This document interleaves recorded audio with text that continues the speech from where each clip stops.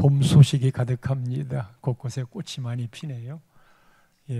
우리 교회 옆에 울타리에도 개나리가 잔뜩 피었어요. 멀리서 개나리 가지 하나 꺾어가지고 오늘 여기다 달았습니다. 봄 같아요. 성경을 읽으려 치면 맨 처음 만나는 게 창세기입니다. 창세기는 크게 두 부분으로 나뉘는데 1장부터 11장, 12장부터 50장, 1장부터 11장은 전 인류를 향한 인류의 죄, 그리고 아담과 하와 이후에 사람들이 얼마나 죄를 잘 짓는지, 가인의 살인, 노아 홍수의 죄, 그리고 바벨탑 사건까지 쭉 죄로 연결이 돼 가슴 아픈 하나님, 그 죄 중에 구원의 역사를 이루기 위해 한 사람을 택해 아브라함 후손들을 이스라엘이라 명하고 당신의 자녀로 삼지요. 그게 12장부터 50장까지인데 여기에 4명의 족장 이야기가 등장합니다. 그 스토리예요. 아브라함을 필두로 이삭, 야곱, 요셉이지요. 이 11장부터 50장까지 나오는 이 4족장에 대해 성경의 양의 분량으로 따져보면 누구 이야기가 제일 많을까? 그게 야곱입니다. 누구 이야기가 제일 적을까? 이삭 이야기입니다. 야곱이가 제일 이야기가 많은 건 할 말이 많다는 거예요.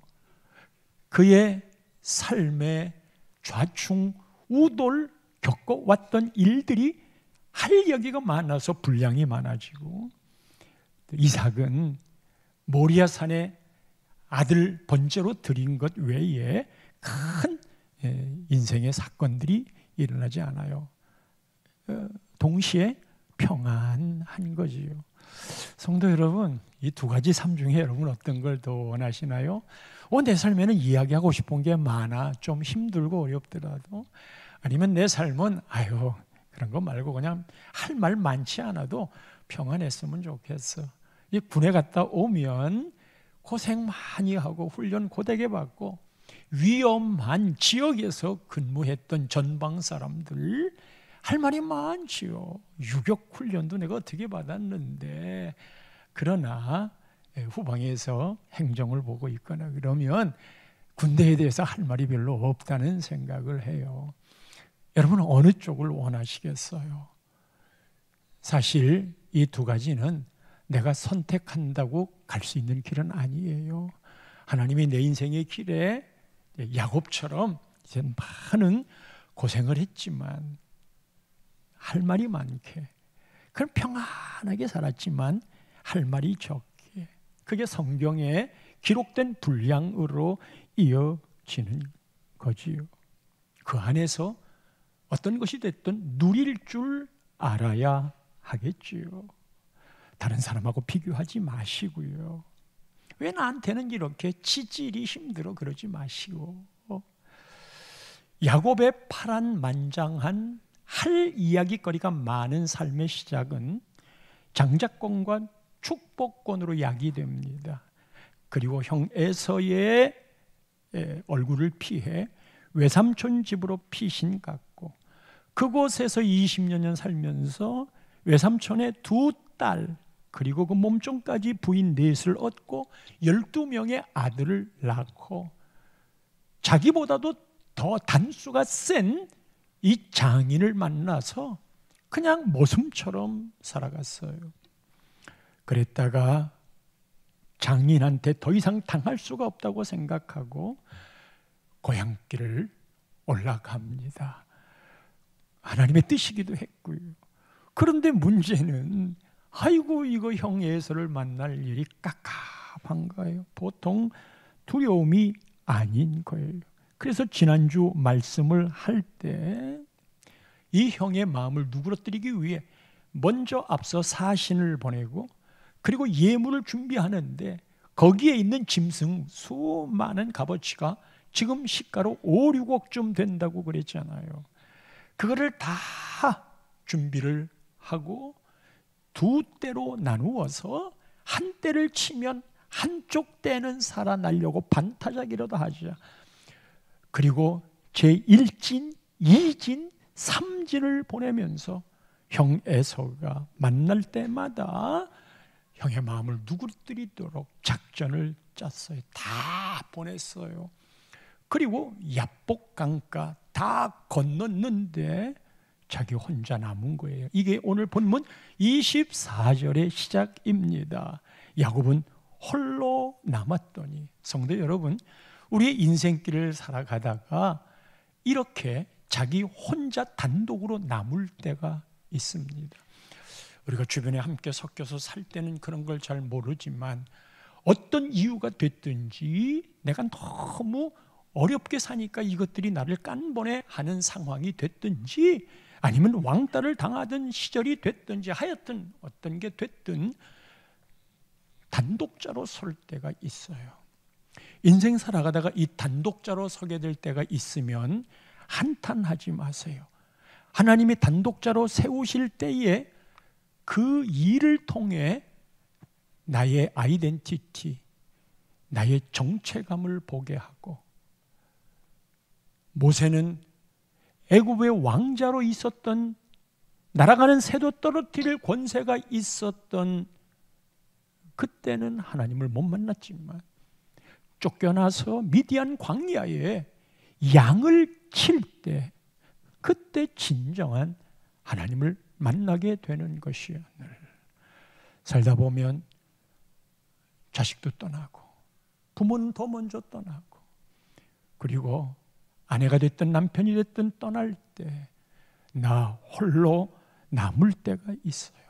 그래서 진정한 은퇴의 준비는 모두가 떠난 때에도 내가 단독적으로 하나님 때문에 행복한가, 하나님 의지하고 살아갈 그런 기운과 힘이 있는가, 결국 남는 건 그거거든요. 그거를 훈련해야 돼요. 그것을 연습해야 해요. 물론 하나님은 주변을 통하여 위로도 주시지만 이렇게 홀로 있던 그 순간 24절 말씀에 보니 홀로 남았는데 어떤 사람이 날이 새도록 야곱과 씨름하다가, 야곱과 씨름을 해요. 어떤 사람이, 여기서 돌발 퀴즈 하나 낼게요. 야곱이가 씨름을 걸었을까요? 아니면 어떤 사람이 씨름을 먼저 걸었을까요? 누가 먼저 씨름을 걸었을까? 야곱이가 홀로 남았으니까 이게 뭐야 하고 나타난 그 사람에게 시비를 걸고 씨름을 걸어 레슬링을 했을까? 여기 말을 보면 주어가 야곱은 홀로 남았을 때의 주어는 야곱입니다. 그러나 씨름할 때는 어떤 사람이 주어입니다.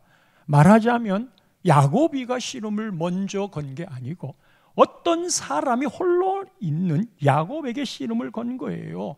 이게 만약에 야곱이가 씨름을 걸었다면 야곱이 날이 새도록 어떤 사람과 씨름하다가 라고 설명을 해야 그 주체가 이루어지는 건데, 이거 야곱이가 씨름을 건 게 아니에요.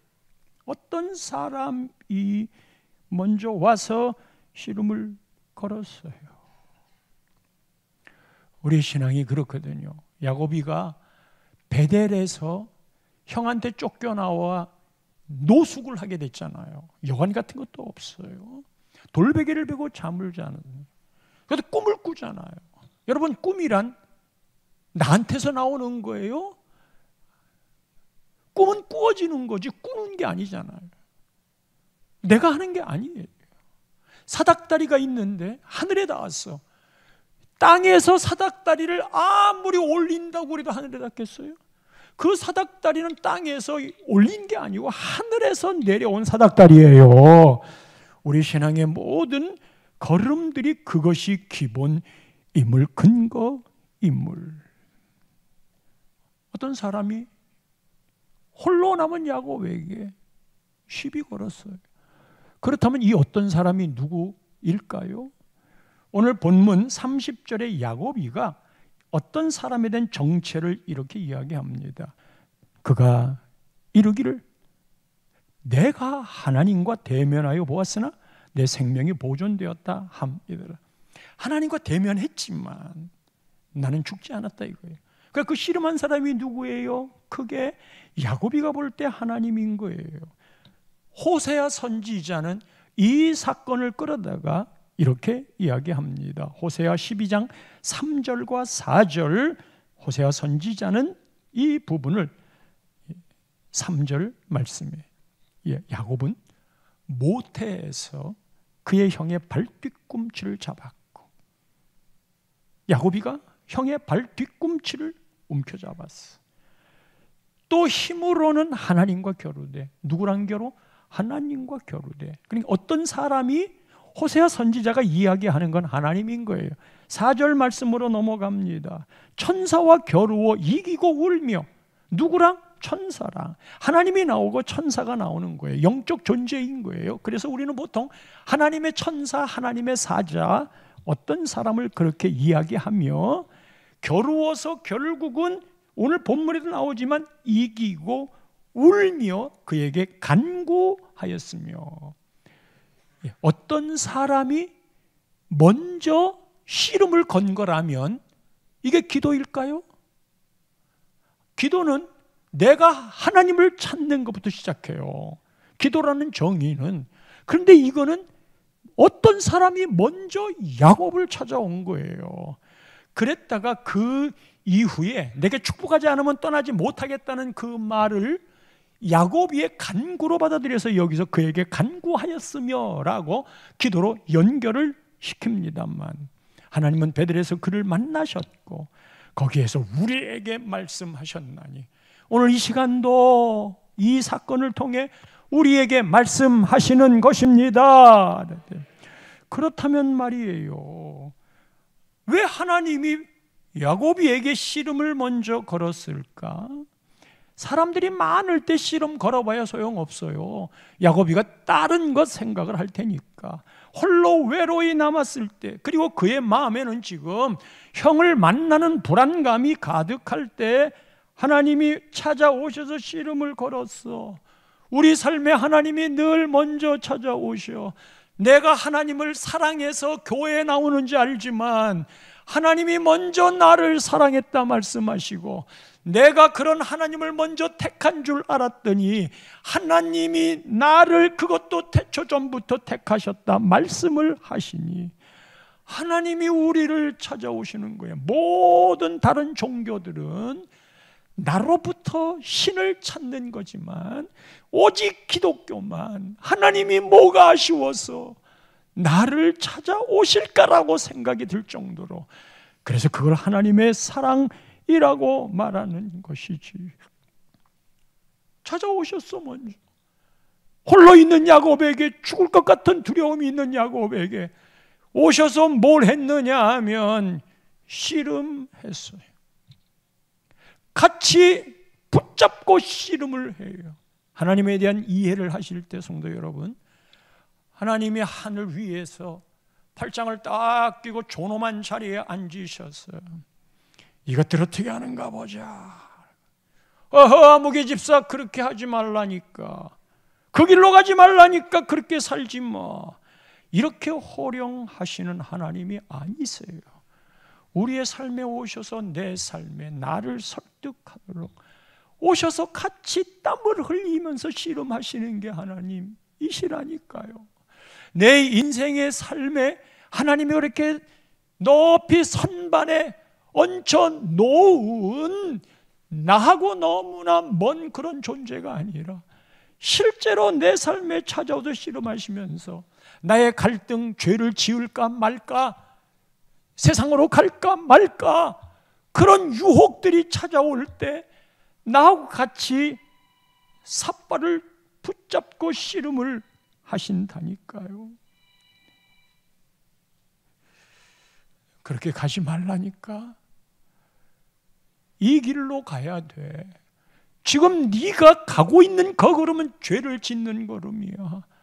그쪽으로 가지 마. 너 자꾸만 끝까지 그렇게 살래?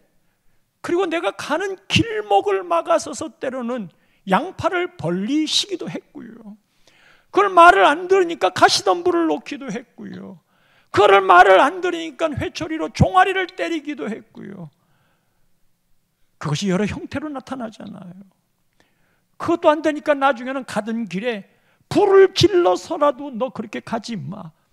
그런데 쥐가 가겠다는데 어떻게 할 거야? 나 그런 간섭 싫다니까.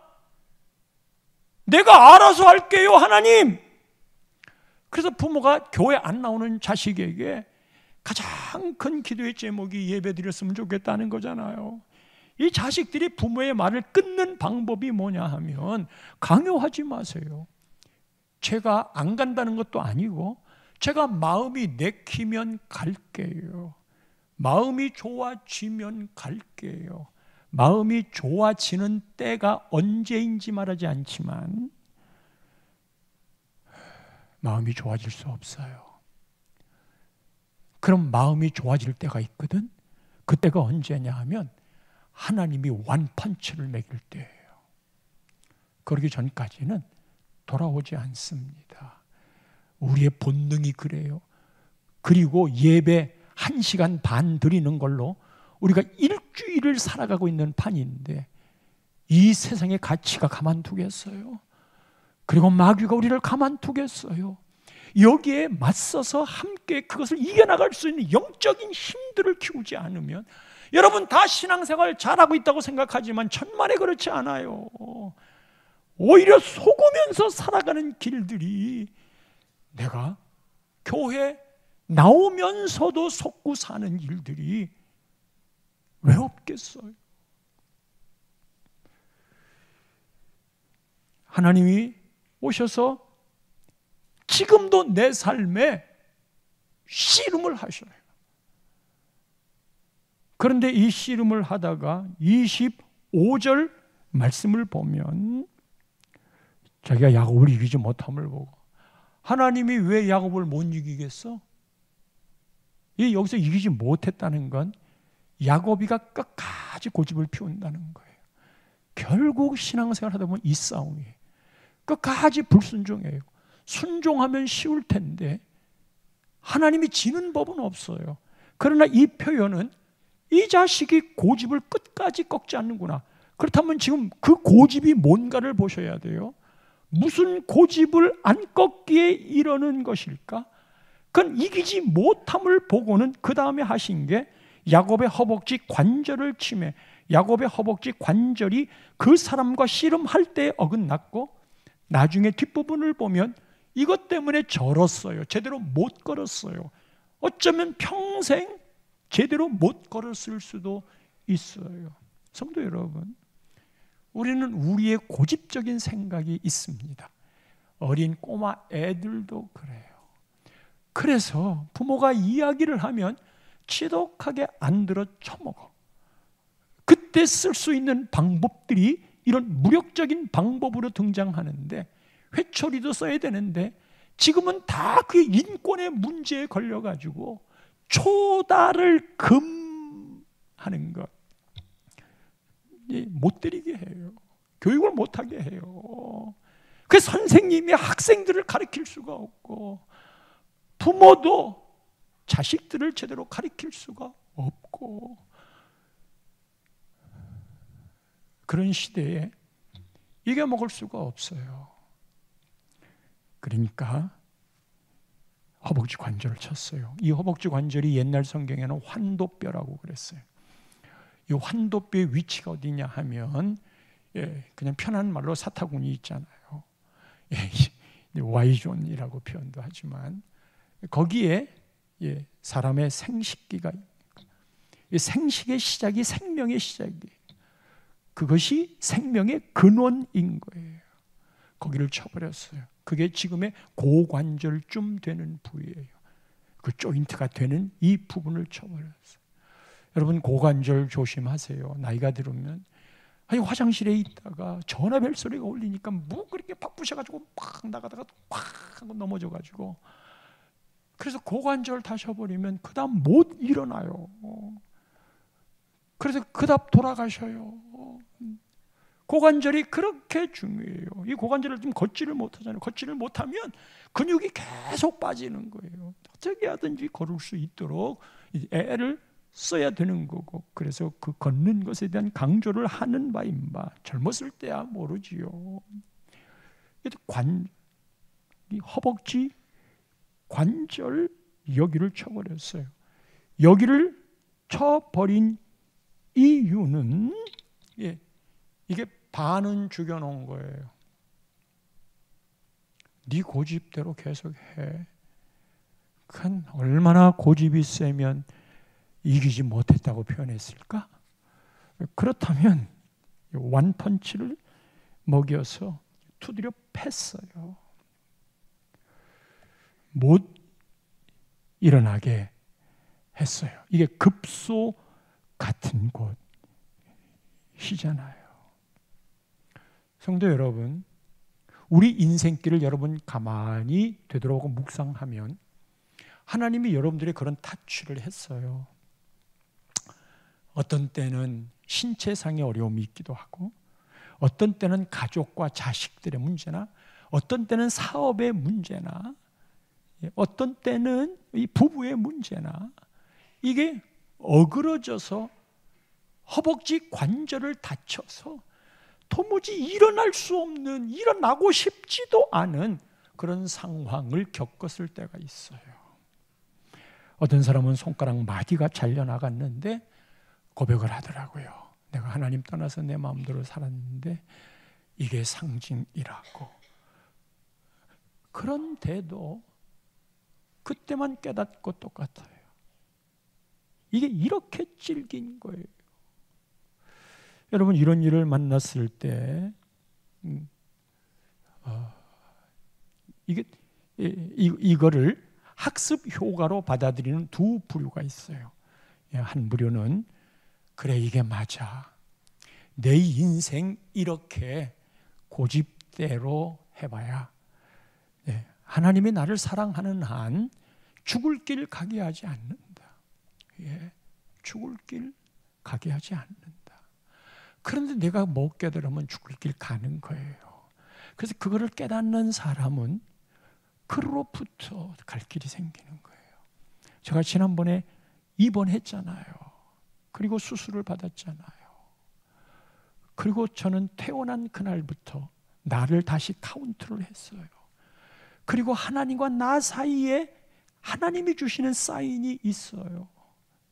목사는 목사 나름대로의 하나님이 요구하시는 수준과 단계가 있기 때문에. 그런데 그것이 팍 저를 친 거예요. 그런데 그것이 감사한 거예요. 그런데도 그것을 버리는 것이, 그 뜻을 따르는 것이 쉽지 않다는 걸 알지만 늘 그거를 마음을 담고 살아요. 그래서 매일 날짜가 카운트가 되는 거예요. 사실 이거는 그때 저는 죽었다고 생각하는 거예요. 그리고 하나님의 뜻 안에서 다시 찾아. 왜냐하면 어떤 사건이든 우연히 지나가는 일이 없는 거예요. 아까도 얘기했지만 이삭과 같이 평안하게 지나가는 삶, 여러분 거기에도 하나님이 건드린 타취가 있었으니 네 아들을 바쳐라. 이 말을 순종할 수 있겠어요? 아들을 어떻게 잡아서 번제로 드린단 말이에요. 이거 순종하기 힘든 거잖아요. 그러나 이삭은 알아요. 어떤 게 살 길인지를 알고 있기 때문에 지 고집을 꺾었고, 그것은 모두가 살 수 있는 길을 열어간 거예요. 반면에 끝까지 지 고집을 갖고 있는 사람, 이게 미련한 자인데 얻어맞아야지 어떻게 합니까? 그 얻어맞는 농도나 정도가 클 수도 작을 수도 있어요.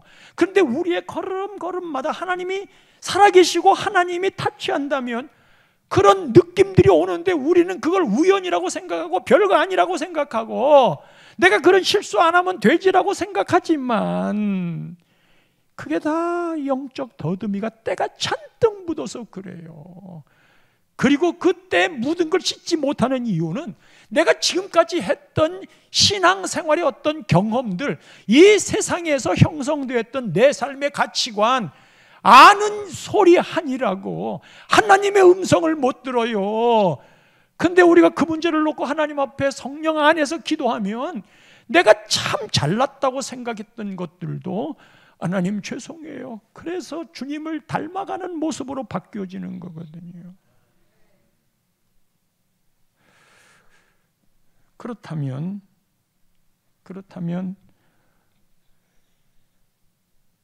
이 야곱에게 씨름을 걸었던 이유가 뭘까? 뭐 때문에 그렇게 했던 것일까?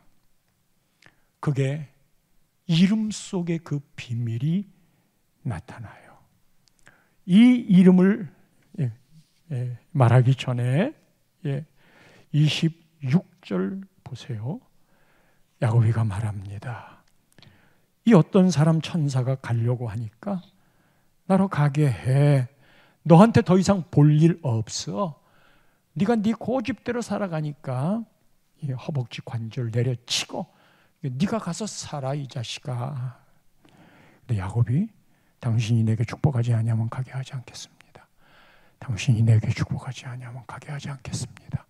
당신이 내게 축복하지 않으면. 그리고는 이 어떤 사람이라고 표현된 이 천사의 바지가랑이를 붙잡았어. 골든 텍스 찢을 때까지 내가는 절대로 놓지 않겠다.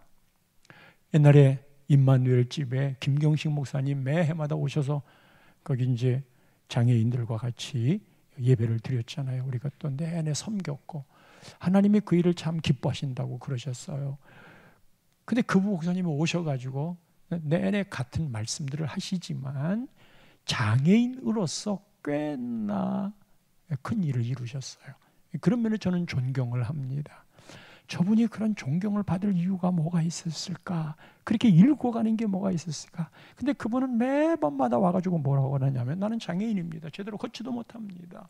기어갈 때 어떤 사람이 짐승인 줄 알고 저를 총으로 쏘려고 이렇게 했다고. 버림받은 인생입니다. 그런데 나에게 어려운 일이 있을 때 내가 걷지도 못하는 사람이지만 내가 하나님을 알고 난 다음에 그 하나님께 나는 대롱대롱 매달렸습니다. 일이 있을 때마다 하나님께 대롱대롱 매달렸습니다. 절대로 하나님을 놓치지 않고 하나님께 대롱대롱 매달렸습니다. 그 이후로 제 뇌리에는 이 대롱대롱이라는 그리고 그 일을 이루시면서 사는 거예요. 내게 축복하지 아니하면 가게 하지 않겠습니다라고 말할 때 이 축복이라는 게 뭐냐? 이 축복이 뭐겠어요? 하나님 가만 놔두지 않을 겁니다. 이거 안 해주시면. 그래서 그 축복을 꽉 움켜잡는 천국은 침노하는 자의 것인데 이게 야곱에게는 야복강가의 기도의 핵심이었지요. 그럼 이 축복하지 않으면 안 된다는 게 뭐예요? 그게 나를 좀 살려주세요 하는 거예요. 제가 죽게 생겼어요. 살려주세요. 왜 죽게 되었어? 형님이 400명 데리고 옵니다. 형님은 사냥꾼이에요. 400명 데리고 오는 것은 화친하자고 데려오는 거 아니고 환영 퍼레이드를 하려고 데려오는 거 아니에요. 400명을 데리고 오는 거는 전투하자는 건데 형님은 사냥꾼이에요. 사냥꾼은 킬러의 본능이 있어요. 그리고 한 방에 가게 할 수 있어요. 그거를 야곱이가 알아요. 형님을 만나면 저는 죽습니다. 형님을 이길 재간이 없습니다. 그래서 지금까지 내가 애써 형님의 마음을 살려고 모든 제 수초를 다 했습니다. 그러니 살려주세요. 이 문제를 해결해 주세요. 그럼 가타부터 얘기할게요. 근데 뭐라고 그랬어요? 야, 네 이름이 뭐야? 27절 보면 그 사람이 그 얘기를 했더니 내 이름이 뭐냐? 네 이름이 뭐야? 왜 뜬금없이 이름을 물어봐? 물어보니까 대답하지. 야곱입니다. 야곱입니다. 몰라서 이름을 묻겠어요? 그 말을 자기가 고백을 하는 거야. 야곱이가 고백을 하는 거야. 야곱 속이는 자입니다. 야, 네 이름이 뭐야? 예, 아버지가 지어주셨지만 제가 속이는 자입니다. 저는요, 사기꾼입니다. 저는요, 내 힘으로 살아가는 사람입니다.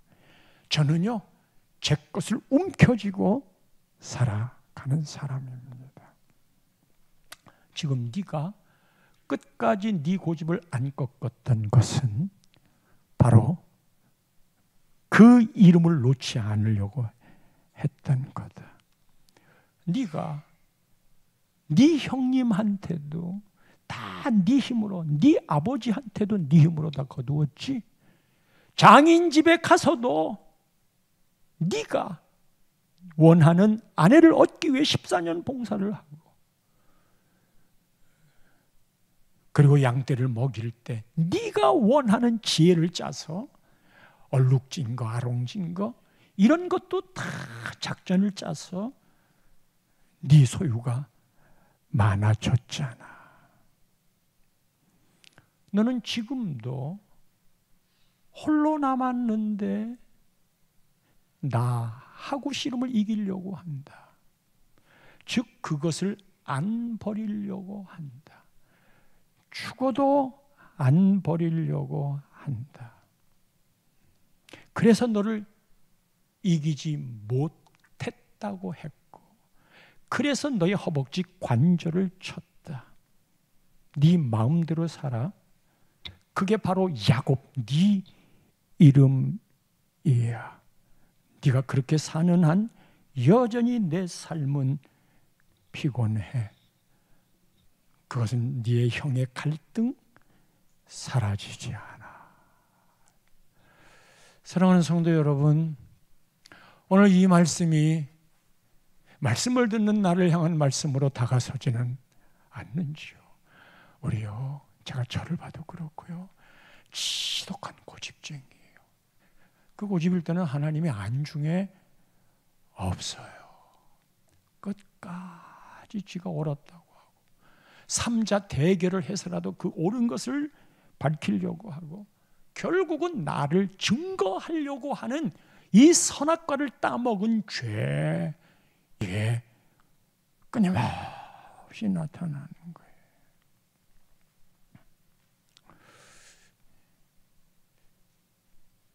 지금 나를 축복해 줘야 됩니다.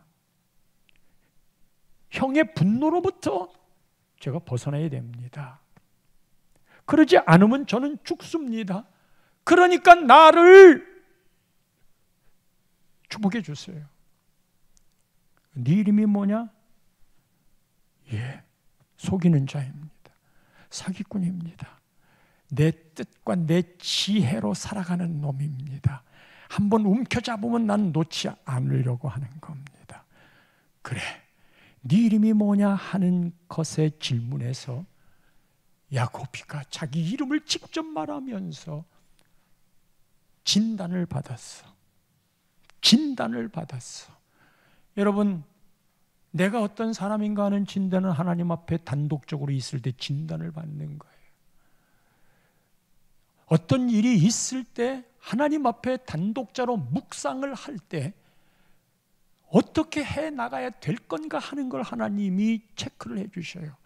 거기에 대해서 셀리드의 도움도 받고, 목사님이나 신앙의 선배들의 도움도 받고, 그리고 내 주변 환경을 해석하고 번역하고 적용을 해서 다 진단은 하나님이 하게 하셔. 여러분, 우리가 죄인 줄 몰라서 죄 짓는 줄 아세요? 그게 하나님의 뜻인지 아닌지 몰라서 죄 짓는 줄 아세요? 죄는 이미 우리의 양심 속에 그거 하지 말아라고 이야기를 해요. 그거는 고민할 필요도 없이 금방 들어오는 거예요. 근데 제가 그 말을 순종하면 내 인생이 재미가 없어.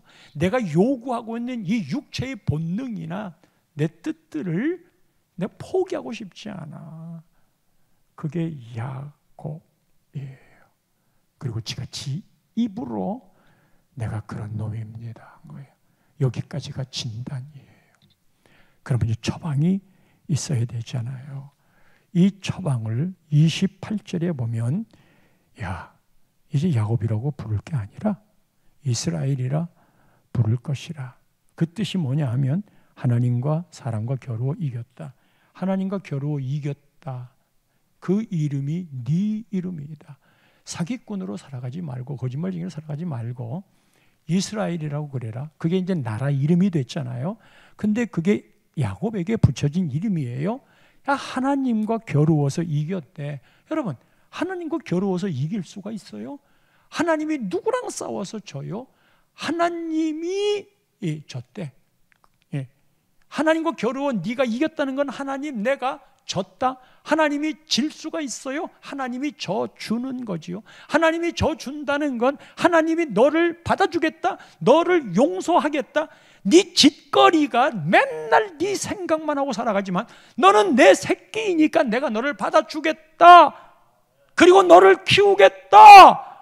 거기까지 받아들일 수 있어야 네가 사는 거지. 아들내미가 어렸을 때 아빠랑 씨름하자고 그래요. 얘 뭐 4살 5살 아빠가 같이 씨름하잖아요. 요거 봐라, 골탕 좀 먹여야지. 그냥 착 제트려서 쓰러뜨리면 막 울기 시작하는 거예요. 막 분해가지고 쥐가 애비를 이기려고 생각을 했었나 봐요. 막 울어, 막 분을 내. 그 씩씩거리고 또 하지.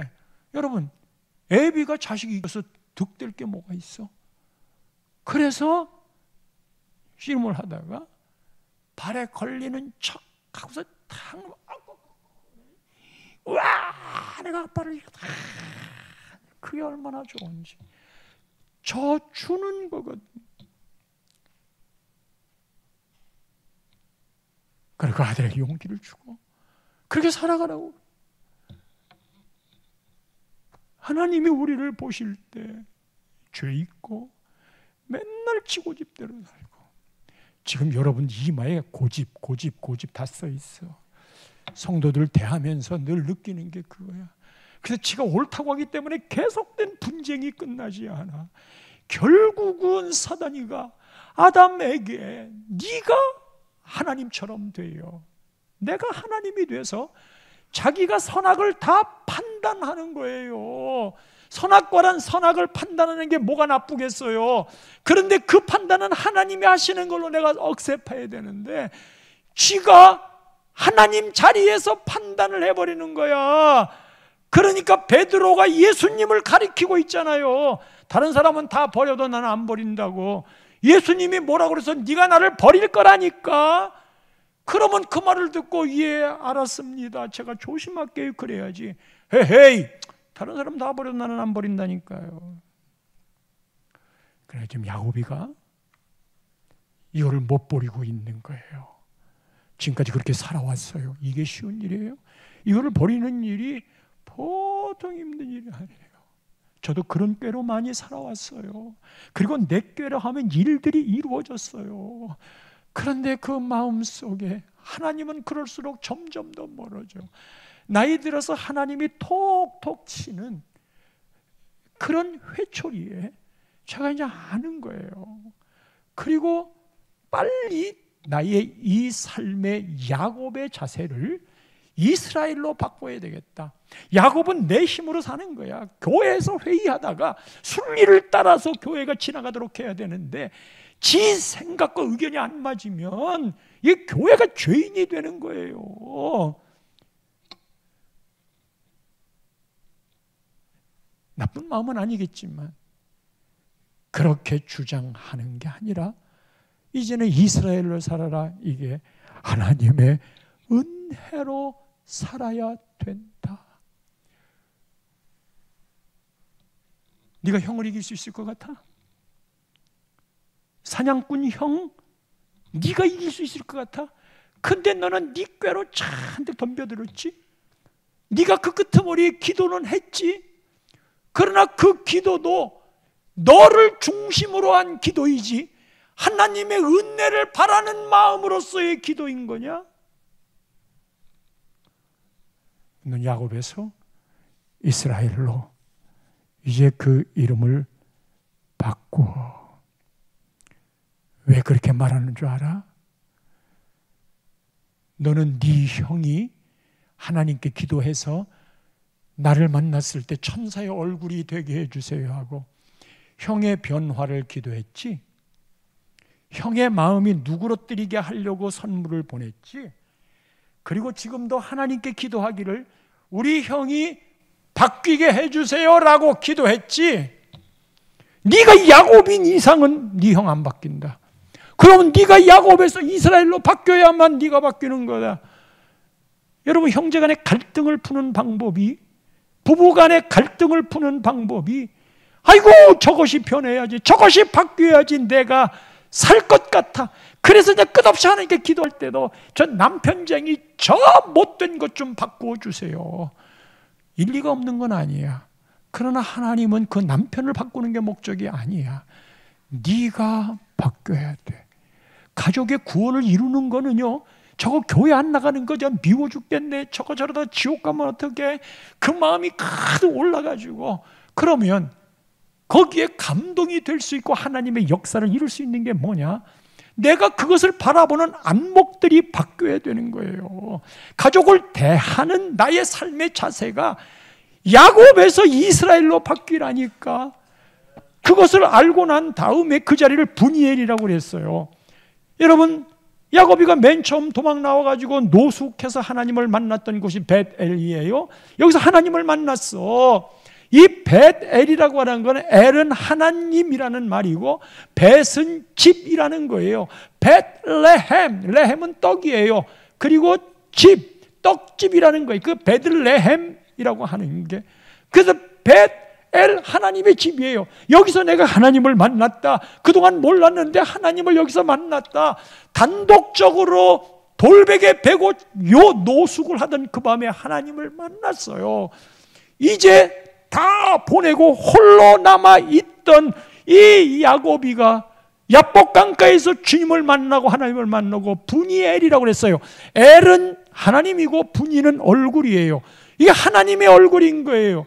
여러분, 우리가 가족구원에 대한 이야기를 지금 계속하는데 얼마나 감동이 오고 얼마나 마음을 담고 있는지는 모르겠지만, 우리는 하나님을 믿기 때문에 우리 집이 베델이에요.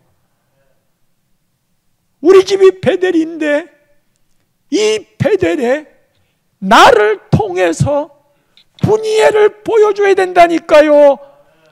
분이엘은 내 얼굴 속에 들이우는 거예요. 그래야 가족 구원의 기틀이 이루어져요. 우리 셀리도 교재에 제가 시 하나를 썼어요. 변화. 저 사람 나쁘다고 했더니 그렇게 말하는 네가 더 나쁘다 하신다. 저 사람 진짜 싫다 했더니 그런 마음 갖고 있는 네가 더 싫다 하신다. 저 사람 도무지 변하지 않습니다 했더니 네가 변하지 않으니 그렇게 보인다 하신다. 내가 먼저 변하면 모든 것이 두루 행복인 것을. 야복강은 야곱의 변화였어. 그래서 네 이름을 이스라엘로 바꾸라. 그래야만 이 베델이 분이엘이 되는 것임을. 여러분의 가정이 그리 되기를 축복합니다.